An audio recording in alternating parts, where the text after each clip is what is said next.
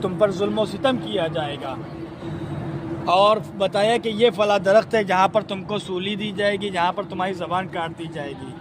تو لہٰذا یہیں پر وہ ایک درخت، کھجور کا درخت تھا، جہاں پر جناب میثم آیا کرتے تھے، اس درخت کو پانی دیا کرتے تھے اور سینچا کرتے تھے، اور وہیں پر اپنی نماز پڑھتے تھے اور وہیں پہ آرام کرتے تھے، اور کہتے یاد کیا کرتے تھے کہ یہی وہ مقام ہے کہ جہاں پر مجھے سولی پہ لٹکایا جائے گا۔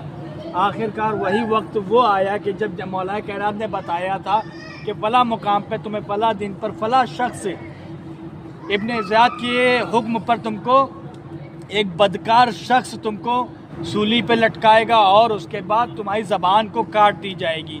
جناب میثم تمار کو حکم ملا کہ ان کو ابن زیاد نے حکم دیا، جناب میثم تمار کو قید کر لیا گیا۔ قید کرنے کے بعد جناب میثم تمار ابن زیاد کے سامنے آئے تو کہا کہ مجھے معلوم ہے کہ تو مجھے قید کرے گا اور اس کے بعد مجھ پہ ظلم و ستم کرے گا، اور پھر اس کے بعد مجھے فلاں درخت پہ لٹکا دے گا اور میری زبان کو کاٹ دے گا۔ کہا یہ کیسے؟ کہا یہ میرے آقا مولا نے پہلے ہی مجھے بتا کر چلے گئے ہیں۔ تو ابن زیاد نے کہا کہ اگر تمہارے مولا نے ایسا کہا ہے تو اس کے برعکس میں فعل انجام دوں گا۔ تو لہٰذا جناب میثم تمار کو قید کر لیا گیا۔ پھر ایک وقت وہ آیا کہ جناب میثم تمار اہل بیت کے گھرانے کے اور مولا کائنات کی فضیلت کو بیان کرنے لگے۔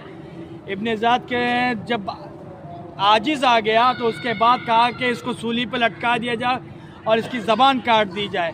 آخرکار جب میثم تمار نے کہا تھا کہ ابن زیاد تو آخرکار وہی کیا کہ جو میرے مولا سے تو برعکس کرنا چاہتا تھا، میرے مولا کے قول کو ٹھکرانا چاہتا، غلط ثابت کرنا چاہتا تھا، لیکن آخرکار تو وہی فعل انجام دینے جا رہا ہے۔ آخرکار میثم تمار کو یہیں پر اسی مقام پر کھجور کے درخت پر پھانسی دی گئی، ان کی زبان کو کاٹ دیا گیا۔